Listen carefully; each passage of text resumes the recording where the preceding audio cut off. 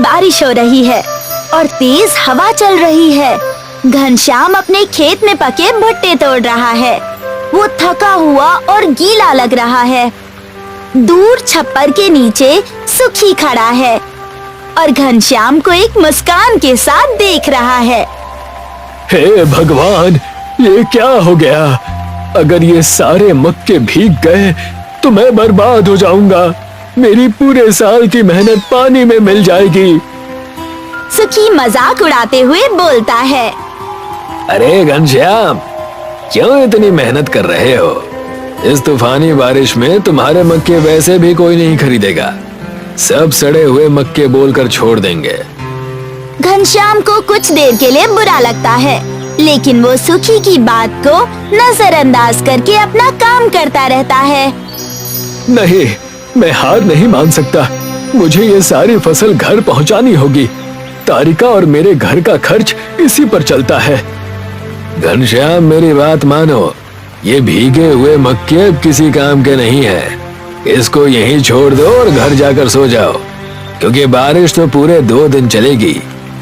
सुखी भाई, तुम मेरी मदद नहीं कर सकते तो कम से कम मेरा हौसला तो मत तोड़ो।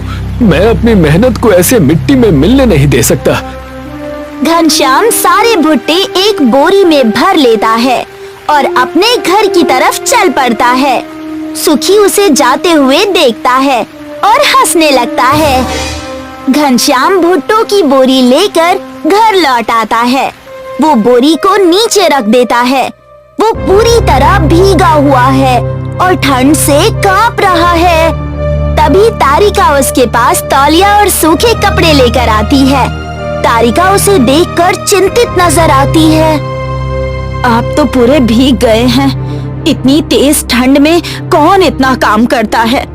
जल्दी से ये कपड़े बदल लीजिए, नहीं तो बीमार पड़ जाएंगे। तारिका, कपड़ों की चिंता मत करो। पहले इस मक्के को देखो, सारी फसल गीली हो गई है। अब कोई इसे बाजार में नहीं खरीदेगा। हम क्या खाएंगे? तारिका भुट्टों को देखती है। वो ताजे लग रहे होते हैं, लेकिन पूरी तरह भीग चुके होते हैं। आप निराश मत होइए। हर मुसीबत का कोई ना कोई हल जरूर होता है। अगर कोई खड़ी मक्के नहीं खरीदेगा तो हम इसका कुछ और बनाएंगे। क्या बनाएंगे? लोग बारिश में गरम चाय और पकौड़े खाते हैं। इस गीले मक्के का हम क्या करेंगे?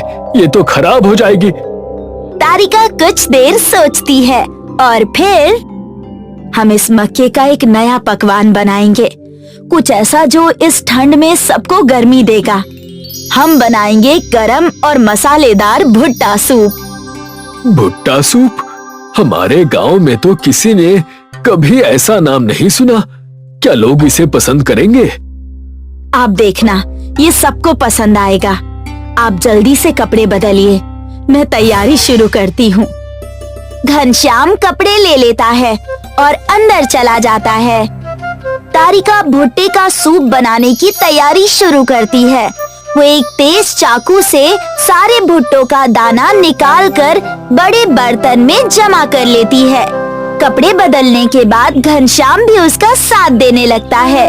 वो अदरक, लहसुन और हरी मिर्ची को पीसकर गाढ़ा पेस्ट बना लेता है। ताजे पेस्ट की खुशबू पूरे किचन में फैल जाती है। खुशबू तो बहुत अच्छी है तारिका, पर मुझे डर है कि गांव के लोग नई चीजें जल्दी नहीं अपनाएंगे।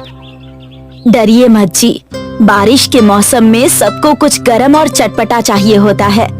हम इसमें थोड़ा सा मक्खन और काली मिर्च भी डालेंगे। दोनों मिलकर भुट्टे के दाने को उबलते हुए पानी में डाल देते हैं।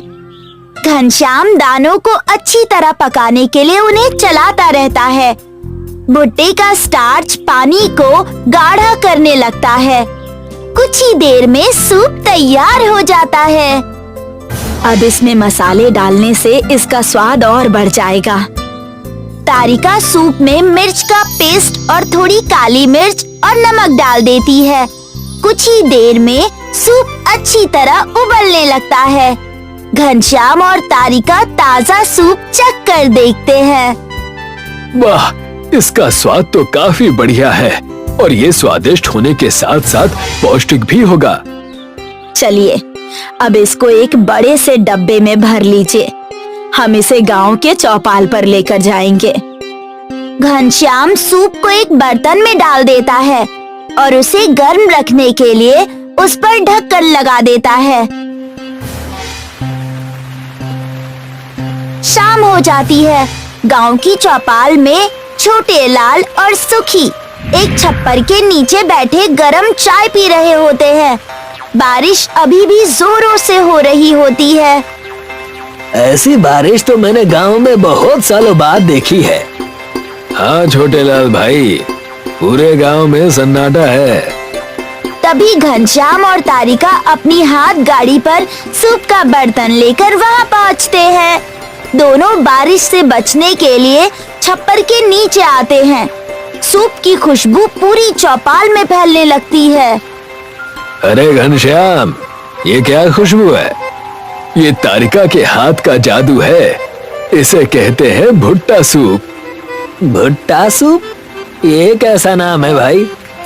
घनश्याम बर्तन का ढक्कन खोलता है, सूप को मिट्टी के कुल्हड़ में डालता है और छोटे लाल को दे देता है। आप पहले इसे चख कर देखिए, अगर अच्छा न लगे तो पैसे मत दीजिएगा। छोटे लाल झिझकते हुए सूप का स्वाद चखता है, लेकिन उसे वो तुरंत पसंद आ जाता है।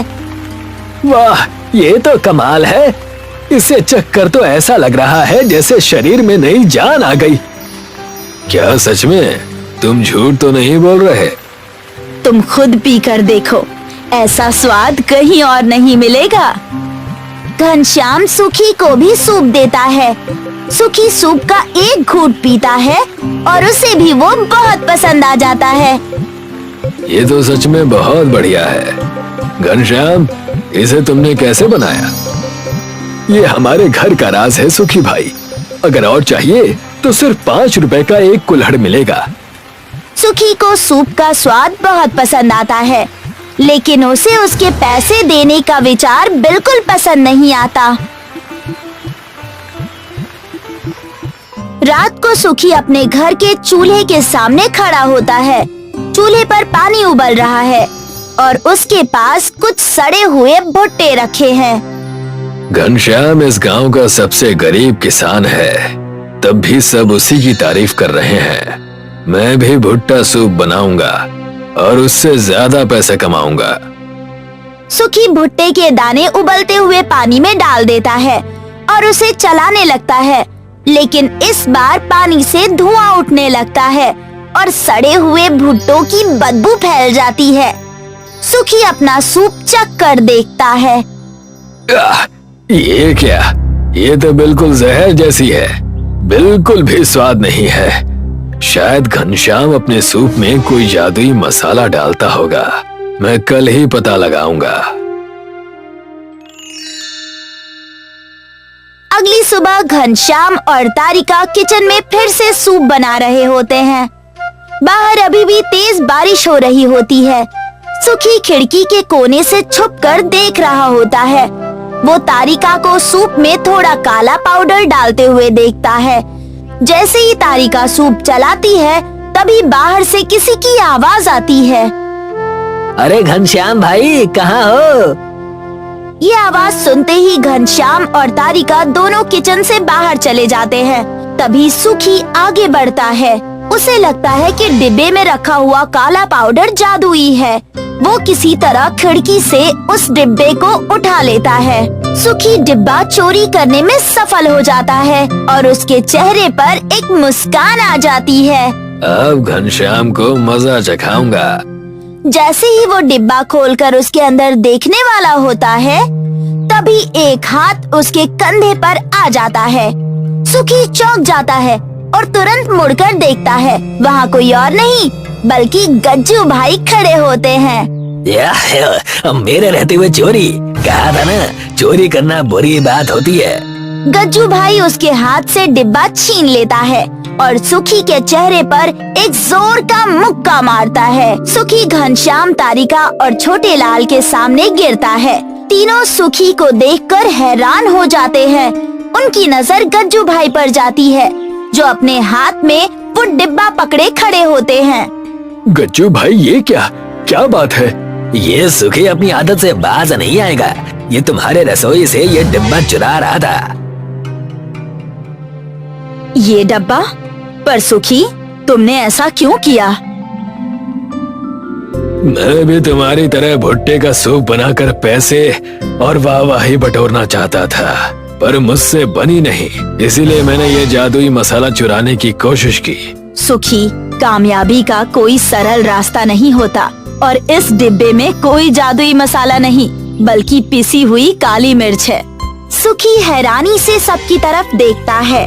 तब उसे समझ आता है कि असली जादू किसी सामग्री में नहीं, बल्कि नियत में होता है। मुझे माफ कर दो। आज के बाद मैं कभी लालच और घमंड नहीं करूँगा। कुछ दिन बीत जाते हैं। बारिश अभी भी जोरों से हो रही होती है। घनश्याम और तारिका अपनी हाथ गाड़ी पर गरम और स्वादिष्ट भुट्टा सूप वहीं चौपाल पर बेच रहे होते हैं। अब गज्जू भाई भी उनकी मदद कर रहे होते हैं। वो एक आधुनिक मशीन की मदद से लोगों को सूप परोस रहे होते हैं। सुखी अपनी गलती से सीख ले चुका होता है। अब वो भी घनश्याम और तारिका के काम में उनकी मदद कर रहा होता है।